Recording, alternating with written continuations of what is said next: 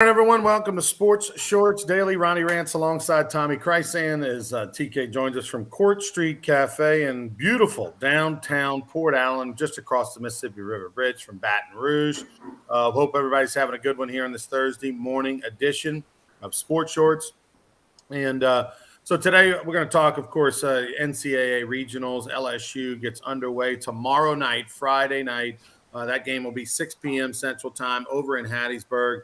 I have had so many people asking me for tickets. I do not have tickets. Don't have a connection. Don't have tickets. This is one where you're going to have to go pay a lot of money on StubHub or something like that, or go to the ballpark and find your way in some kind of way. But or just watch it on the ESPN app as well, like I plan on doing. Of course, they're not the only team in the NCAA Regionals. You got Louisiana Tech, you got the Raging Cajuns, you got Southeastern.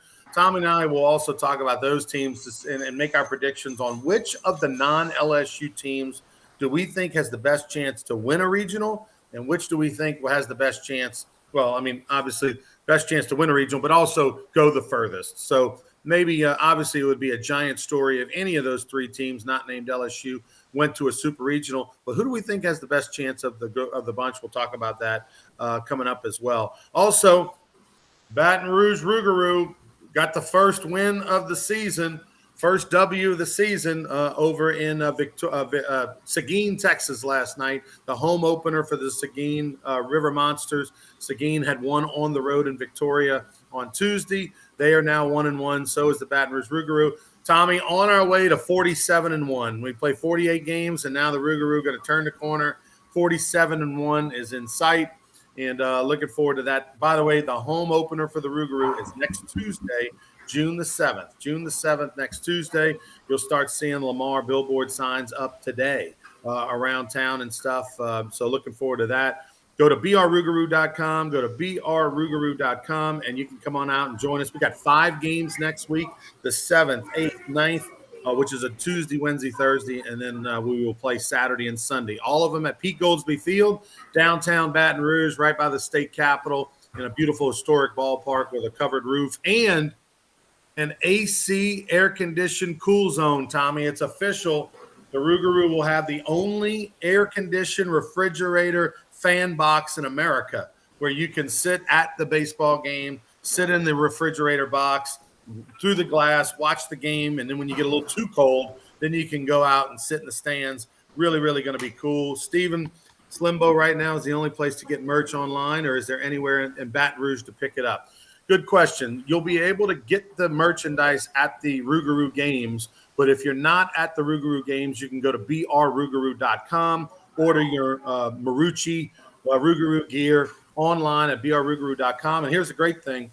You can either order it and it'll ship to your house and get there in a couple days, or you can order it and then call over there, call over there, reach out to customer service, send them an email, and you can pick it up the following day. So, you don't have to wait a few days. If you want to order it, pick it up the next day at Marucci, you can, right there on Stegan Lane in Baton Rouge, right off of I-10 and Seguin is where the Marucci headquarters are. So we'll have some we'll have some other merchandise at the games too that aren't Marucci related. So, they're looking forward to that. TK joining us right now from Court Street Cafe. First off, that Jay Johnson said this is his favorite week of the year because it's the regional field. I agree. For me, it's the same way. Like a lot of people love March Madness and that first weekend where there's 64 games going on and all that stuff. Not me. That's great. That's second compared to regional weekend. It's my favorite. Yeah, no, it's a fun time. 64 teams. Everybody's 0-0 this morning and tomorrow morning. So it's a fun time. Lots of scoreboard watching, however you do that on the app, the phone, the laptop, whatever it is. Really, really exciting, Ronnie. And I want to jump back to the Rougarou for a minute. I, like many people, went down to Lafayette, Fabacher Field the other night when the season opened against the Acadiana Cane Cutters, and really impressed with the crowd out there. They had a lot of people, a lot of stuff going on, kids, families, the whole bit. we need to see the same thing Tuesday night out of Pete Goldsby Field. So we'll be pumping that up for you here on Sports Shorts Daily.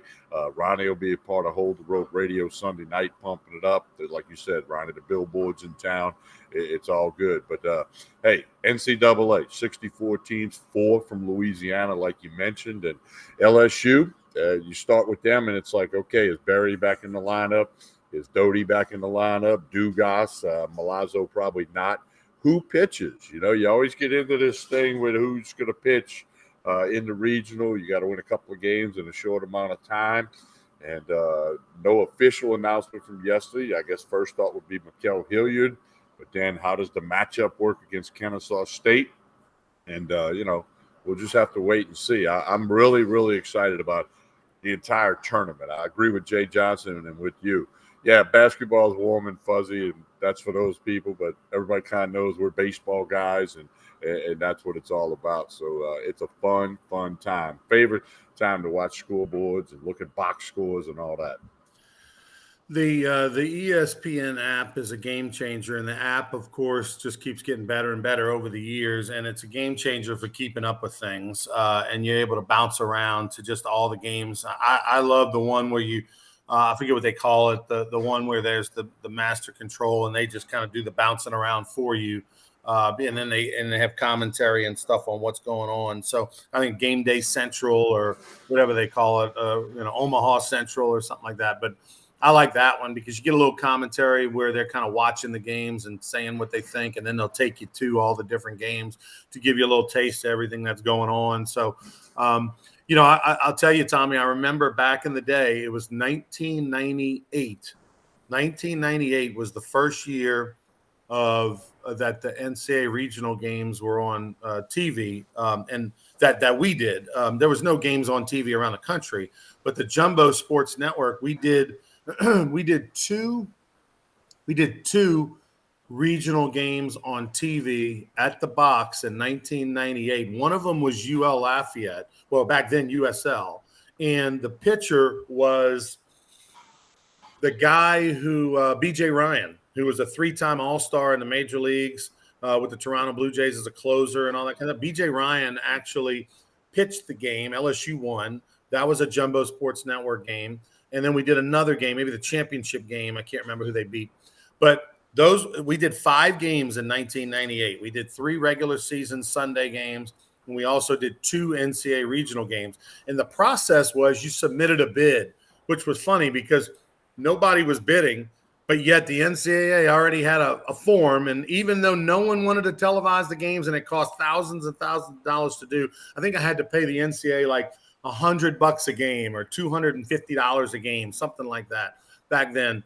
Well, then after I did a couple, the next year in 1999, which was the year that LSU lost in the Super Regional at Alabama, we did all the regional games that LSU played in, and we did all the Super Regional games in conjunction with CSSE out of Hoover, out of Birmingham, rather. CSSE was around for about 3 or 4 years, and maybe 3 years or so, 3 or 4, and went out of business. They were a regional sports channel, Comcast Sports Southeast, College Sports Southeast or something like that. Herb Vincent actually left LSU to go work for them for a little while before coming back or going over to the SC office. But I got a funny story on that. When Herb left and went and did that, I'm a young announcer, thought, wasn't near as good as I thought I was a lot better than I was. I said, hey, Herb, can I send you like a VHS tape of me announcing, if y'all looking for announcers? He said, yeah, Tommy, do that. He's just being nice. So I mailed, I get the package, the old VHS tape, and I mail it off to the address. And like 3 months later, they closed down. And Herb said, yeah, well, when we got your tape, if this is all we can get, we're going out of business. Herb and I laughed about that for a couple of years. Yeah.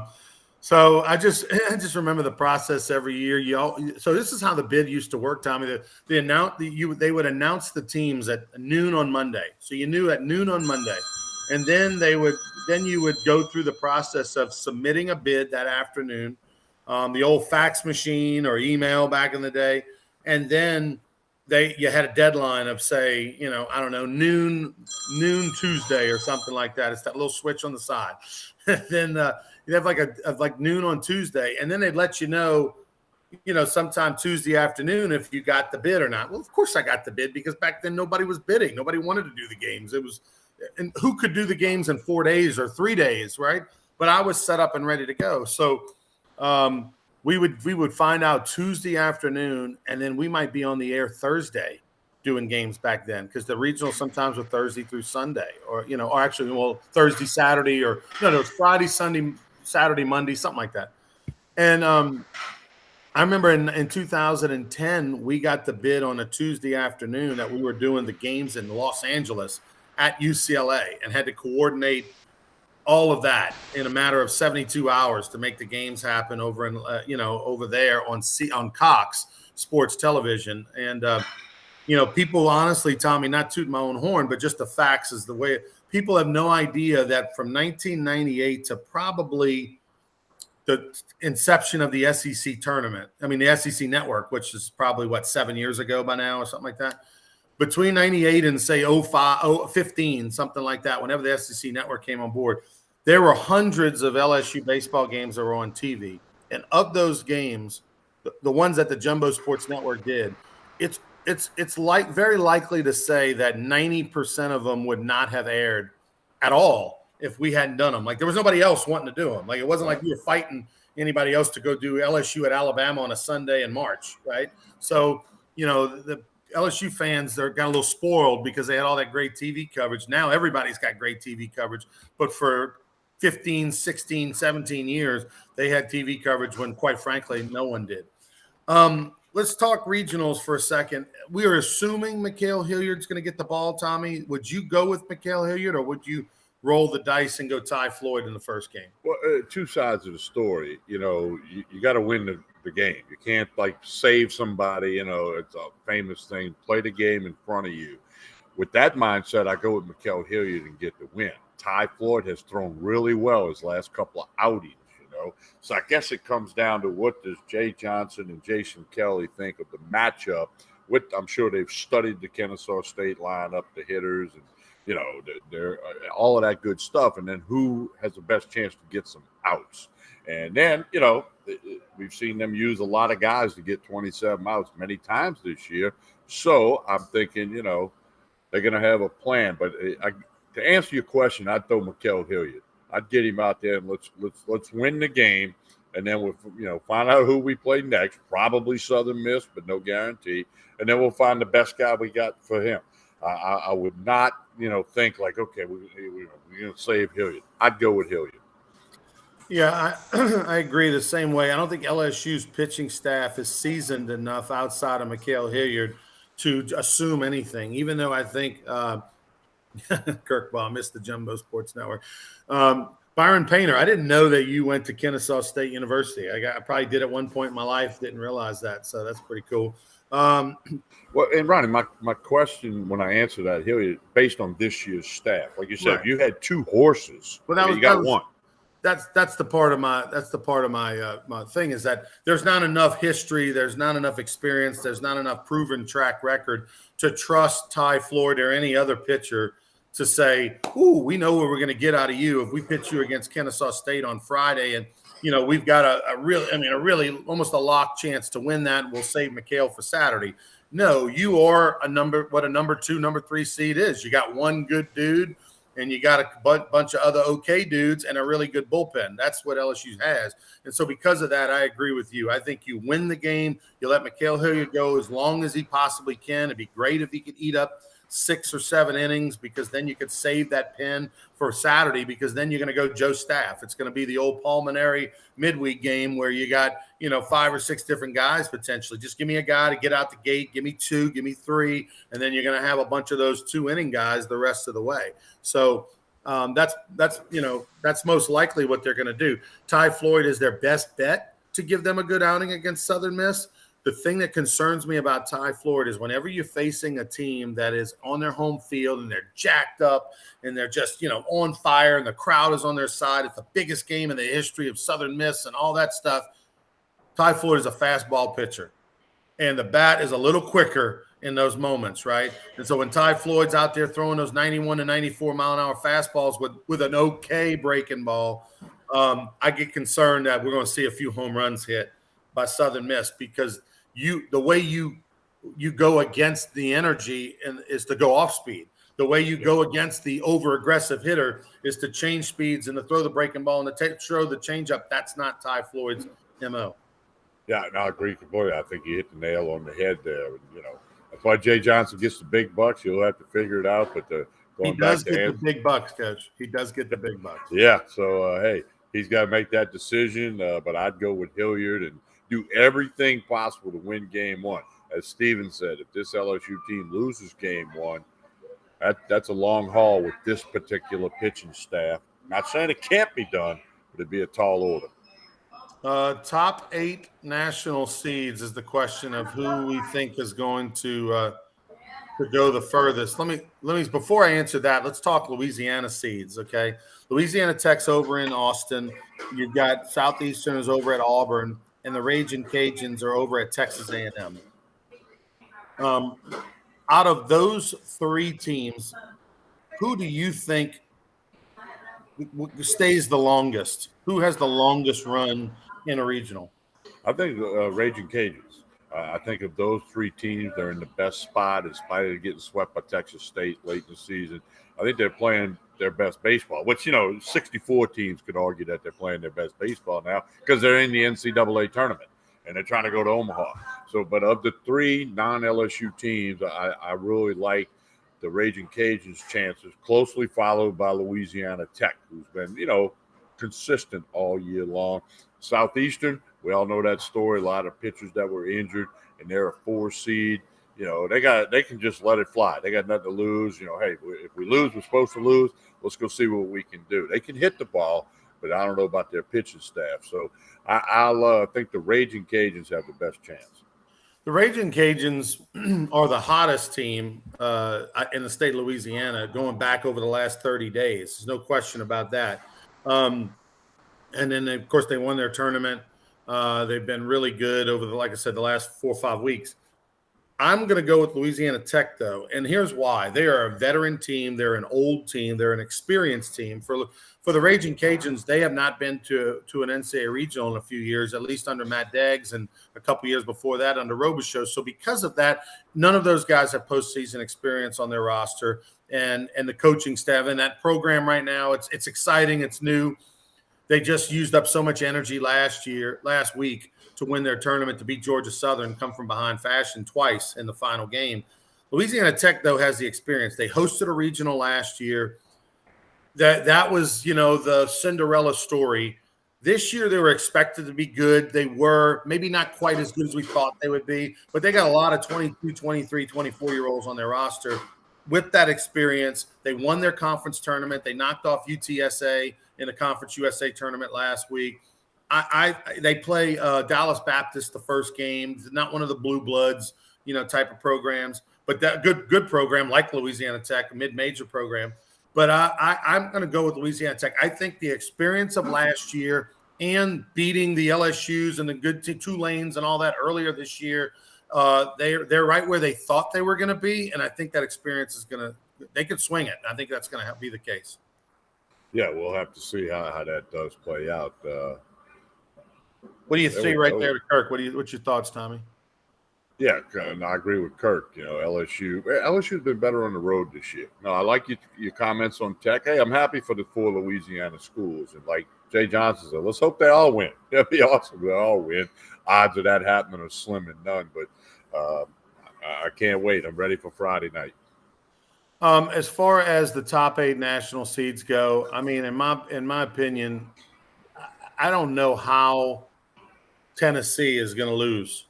Well, I'm going to go back to the old football thing I've said for 30 years as a sportscaster. The only team that can beat Tennessee is Tennessee. If they go out there, walk 5 guys, hit 2 of them, have 3 errors, and they run themselves out of a couple of innings with a base running mistake, then they can get beat. And certainly there's a long list of teams out there who, if they play well, have a chance to beat them. And it's baseball. Nobody goes undefeated. So, but the only team that can beat Tennessee is Tennessee, and they'll be at home the whole way if, in fact, they return to Omaha. And keep in mind, Skip Bertman always talked about been there, done that. They went to Omaha last year. Now, they didn't do great in Omaha, but they went. And, They won't be hanging out in the pool like year one. They'll be ready. They'll be there to play baseball. Really pulling for Cliff Godwin. He's the number 8 seed and a good friend. And I'd love to see East Carolina to finally get over the hump, get to Omaha. They're a top 8 national seed. Remember, Cliff Godwin was the finalist. I mean, he got interviewed for the LSU job. I thought, wrongly, I thought Mike Bianco was going to get the LSU job. East Carolina, Ole Miss was going to hire Cliff Godwin from East Carolina. As it turns out, both stayed put. And LSU went with Jay Johnson. As it turns out, that's a great hire. But Cliff Godwin, he loves East Carolina. It's where he played. It's where he's from. It's home. But I don't know how that guy doesn't get a bigger job or something or whatever. He's just too good of a coach. And by the way, the winner of the Greenville Regional takes on the winner of the Austin Regional. So Texas, or Louisiana Tech, right? That's that regional. They would have to go to Greenville to play East Carolina. So I'm hoping, fingers crossed, that this is the year. But as far as the answer to the question, I guess a little bit of homer bias in me, but I'm going to go with East Carolina making it. I do not think Oklahoma State or Miami will make it. I do think Texas A&M will make it this year to Omaha. Corvallis, I think Oregon State will go to Omaha. I definitely think Tennessee. Stanford. They're matched up. That's a tough one right there. So we'll have to see. On the Stanford, I watched them earlier this year, Tommy. It's hard for me to be a big, giant Stanford fan. You talk about a yawner going to a Stanford baseball game. I mean, it's like going to watch, no disrespect to any Class B high school out there, but I think I would rather go to watch Maurepas play or something like that. French Settlement and Kate Civic. I'd rather watch them play or something because it's a yawner. You go to a Baton Rouge Rougarou game, going to be exciting, going to be fun. Go to brrougarou.com, home opener June 7th. All right, before we get out of here, TK, tell us about Court Street Cafe, where you're at. Well, Court Street Cafe, breakfast, lunch, dinner, Monday through Saturday. I always got lunch specials, dinner specials. They do a great job of posting all that on social media like you see on the screen. Connect on Facebook and Instagram. Court Street Cafe, a lot of people were here this morning eating breakfast. School's out. Had some families with the kids eating breakfast. Court Street Cafe got the new daiquiri machines behind me here in the little bar area. Plenty of seating, plenty of parking, a little patio, but it's kind of warm for a patio, maybe not in the morning, but 2 minutes the other side of the Mississippi River Bridge if you're coming from Baton Rouge. So check out Court Street Cafe, 805 Court Street in Port Allen. You'll be glad you did. By the way, on the way out, Stephen Miller, I agree with you, Stephen. If LSU pitches, if they lose game one, that's going to be tough. That means they'd have to win. They'd have to win 4 games in a row, and their pitching this year just hasn't shown that it's deep enough to do that. Also, Byron Painter saying how he went to Kennesaw State. Kennesaw State, by the way, Nolan Kane, assistant coach at Texas A&M, who of course played and coached at LSU. He was a finalist for the Kennesaw State head coaching job last year. Didn't get it. It's a program just north of Atlanta. Great spot for recruiting. I mean, think of all the perfect game. Hundreds of teams from around the country come to Kennesaw State right in their backyard to play every summer. So it's easy to recruit. You don't have to have much of a budget at all. They got great facilities, great baseball in Georgia. So Kennesaw State is kind of like a sleeping giant over there. And their first-year head coach, can't remember who got the job, but it wasn't Nolan, obviously. And in the first year, he's got their team in a regional. And he's a former player and assistant coach there before spending time. Ryan Coe, I think is his name. Gotcha. Before he spent some time in the Texas Rangers organization as a scout. And then now he's back to where he played and coached, taking over for Mike Lansing, I think it was, who was there for a long time and really built that program. But when you're 30 miles from Atlanta, you got there's more people in Atlanta than there are in Louisiana. You could find 35 baseball players. All right, Kirk, Paul, Byron, Steven, all the gang, Rachel, thanks for watching. Please like and share this video. Like and share this video on social media. We'll be back tomorrow morning to talk more NCAA regional action, NBA finals after game 1 tonight, and a whole lot more. Don't go anywhere. Sports Shorts will be back tomorrow, presented by LeVare's Casino. Have a good one.